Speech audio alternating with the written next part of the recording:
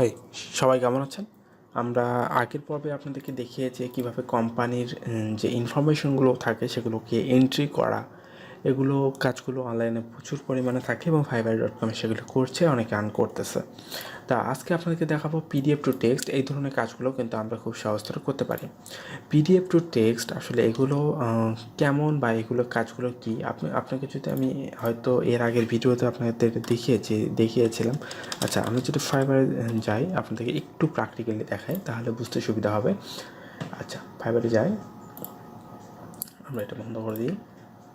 আচ্ছা, এখানে আমরা যেহেতু আপনাদেরকে বলেছি পিডিএফ টু টেক্সট, আমরা পিডিএফ টু টেক্সটটা কি দেখুন, পিডিএফ টু টেক্সট, ঠিক আছে, লিখে আমরা এখন কোথায় সার্চ করছি। সার্চ করার পরে দেখুন, আচ্ছা আবার লিখি পিডিএফ টু টেক্সট। এগুলো ডাটা এন্ট্রিগুলো কিন্তু এগুলো কিন্তু প্রচুর পরিমাণে পাওয়া যায়। আচ্ছা, জাস্ট খালি পিডিএফ টু লিখি, পিডিএফ লিখে আমরা সার্চ করি। লোড নিচ্ছে ভাবি। আচ্ছা, সার্চ রেজাল্টে গিক চলে এসছে।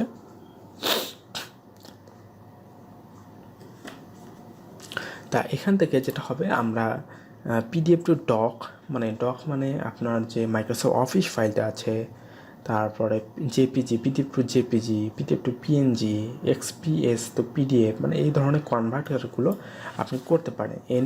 মানে যে কোনো ফাইল থেকে পিডিএফ ফাইল করা, বাইরে এই ধরনের কাজগুলো দিয়ে থাকে। তারপর আপনাকে পিডিএফ টু ডক এবং টেক্সট, এই কাজগুলো কিন্তু সবচেয়ে বেশি হয়ে থাকে। দেখুন, ইনি যেটা কাজ করে সেটা হলো কি, দেখুন আমরা যদি যাই, দেখেন পিডিএফ টু ফটোশপ, এগুলো কিন্তু কাজগুলো করছে পিডিএফ, ঠিক আছে, এগুলো কাজগুলো হয়। আই উইল টু দেখুন লিড ডিজাইনের কাজ করে পিডিএফ লিড।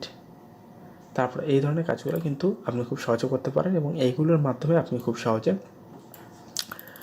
আমরা যেটা ডাটা এন্ট্রি এর আগের ভিডিওতে দেখিয়েছিলাম, সেটা এই ধরনের কাজগুলো করা যায়। পিডিএফ টু কম্পোজার, এই কাজগুলো কিন্তু করা যায়। আরেকটা কাজ আছে, সেটা হলো জেপিজি টু পিএনজি, এই ধরনের কাজগুলো কিন্তু থাকে। দেখুন ডাটা এন্ট্রির ভিতরে ওই কাজটা পড়ে, জেপিজি টু পিএনজি লিখে সার্চ করেন।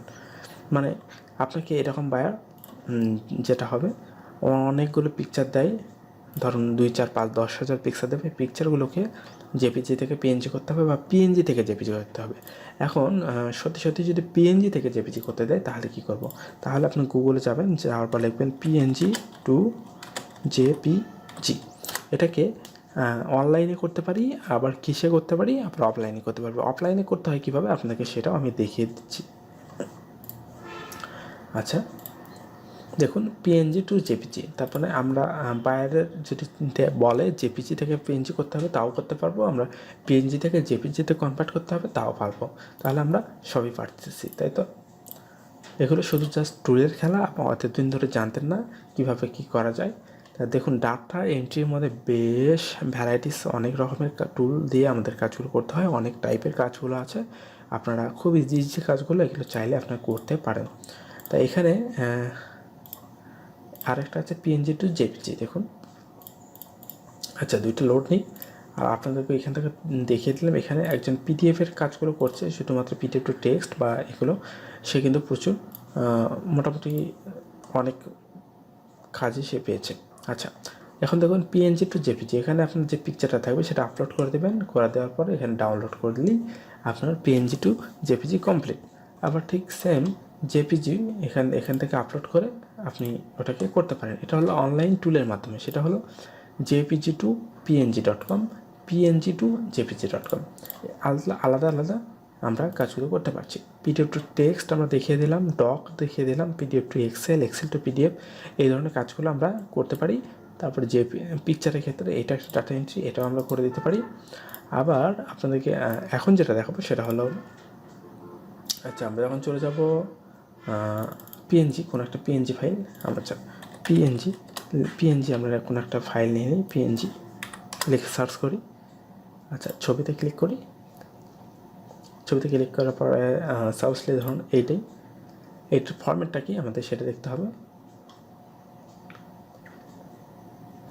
নর্মাল, আচ্ছা আচ্ছা, এটা আমরা কত, আচ্ছা এটা আমরা এখন নিয়ে নিই। এটা আসলে যে পিএনজি কি না সেটা এখন চেক করব কীভাবে, তাই না? আচ্ছা, সেভ অ্যাজ থেকে ডেস্কটপ কপি করে নিয়ে নিই। আচ্ছা, এখন দেখুন রিনেমটা আমরা একটা দিয়ে দিই। আচ্ছা, এই যে একটা পিকচার, এই পিকচারটা এখন কী ফরম্যাটে আছে আমরা এখন বুঝবো কীভাবে। যে কোনো পিকচার আপনারা এখন থেকে বুঝতে পারবেন খুব সহজে। জাস্ট রাইট বাটন ক্লিক করার পর প্রপার্টিসে চলে যাবেন, যাওয়ার পরে ডিটেলসে চলে যাবেন। ডিটেলসে চলে আচ্ছা, জেনারেলে থাকার কথা। আচ্ছা, এই দেখুন টাইপ টু ফাইল জেপিজি। তাহলে এই যে জেপিজি ফাইল যদি আমাদের বায়ার বলে পিএনজি করো, সেটা আমরা করব কীভাবে? আমরা টুলটা ইউজ করতে পারি জেপিজি। দেখুন জেপিজি টু পিএনজি। আমরা প্রথম ওয়েবসাইটটা ঢুকি, ঢোকার পর আপলোড ফাইল, তারপরে আমাদের কোথায় সে ফাইলটা, আচ্ছা এল ছিল মেবি, হ্যাঁ জেপিজি ফাইলটাকে আমরা করছি। করার পর দেখুন এটাকে কনভার্ট করে ফেলছে। কনভার্ট করার পরে আচ্ছা, এখানে আমরা ডাউনলোড অল, এখানে একটা সুবিধা হলো আমরা একসাথে 50 MB পর্যন্ত ফাইল আপলোড করতে পারবো। এটা হলো জেপিজি থেকে পিএনজি করা। এখান থেকে খুব নর্মালি করতে পারি অনলাইনের মাধ্যমে। আর একটা জিনিস আমরা করতে পারি অফলাইনে, শুধুমাত্র সেটা কীভাবে, এই একটা ফাইল এখান থেকে আমরা যাব ওপেন করব। ওপেন করার পরে পেইন্টে যাব, পেইন্ট থেকে কিচ্ছু এখানে কোনো টাচ করব না, বাইরের যে ফাইল পিকচারগুলো থাকবো কোনো টাচ করব না। File save as PNG picture করার পরে ডেস্কটপ। তা দেখুন এগুলো সাধারণত কি হয়, মোবাইল বা যারা ই কমার্স সাইটগুলো তৈরি করে তাদের জন্য পিকচারগুলো কালেক্ট করে দিয়ে দেওয়া হয়। আর অনেক পিকচার আছে, মানে অনেক ওয়েবসাইট আছে সেগুলো একটি ফরম্যাট তারা আপলোড করে। এখন এটা আমরা তার জন্য ডাটা এন্ট্রি বায়ার করে নেই। প্রপার্টিসে যাবো, প্রপার্টিসে যাওয়ার পর দেখুন ডিটেলসে পিএনজি। এখন কথা হলো, এখন আমাদের ধরুন বায়ার আমাদের পিএনজি দিল, পিএনজি, এটা একটা পিএনজি ফাইল। আচ্ছা, এটা কেটে দিই পিএনজি। এখন পিএনজি টু জেপিজি আমরা অনলাইনে করবো কীভাবে এবং অফলাইনে করবো কীভাবে। অনলাইনে করতে এখান থেকে আমরা যেটা করব, অফলাইনে এখান থেকে ওপেন থেকে open save as JPG desktop, just click.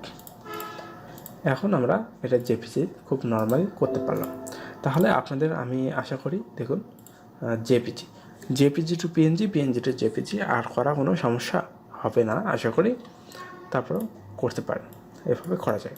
আচ্ছা, এই ছিল আমার আজকের ভিডিও। আমি আজকে পার্ট 2তে শুধুমাত্র পিকচার নিয়ে কথা বলেছি, কারণ এই ধরনের কাজগুলো ই কমার্স যারা সাইট তৈরি করে তারা একটি ফর্মেট তারা ব্যবহার করে, পিএনজি ফাইল বা জেপিজি ফাইল।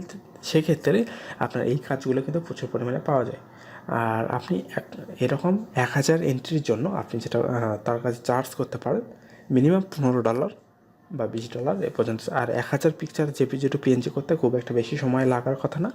আপনি একটু বসলেই দাম, মানে মিনিটে আপনি একটা করে করতে পারবেন। মানে আমি বলবো যে এই কাজগুলো করতে পারেন, JPG to PNG, PNG to মানে পিকচারের যে কাজগুলো, এবং PDF to text, text to PDF, PDF to doc, doc to PDF, মানে এই ধরনের কনভার্টিং কাজগুলোও হয়ে থাকে অনলাইনে। তা আপনাদেরকে সম্পূর্ণটাই বুঝিয়ে দেওয়ার চেষ্টা করলাম। ভিডিওটি কেমন ছিল অবশ্যই কমেন্ট করে জানাবেন। ধন্যবাদ সবাইকে।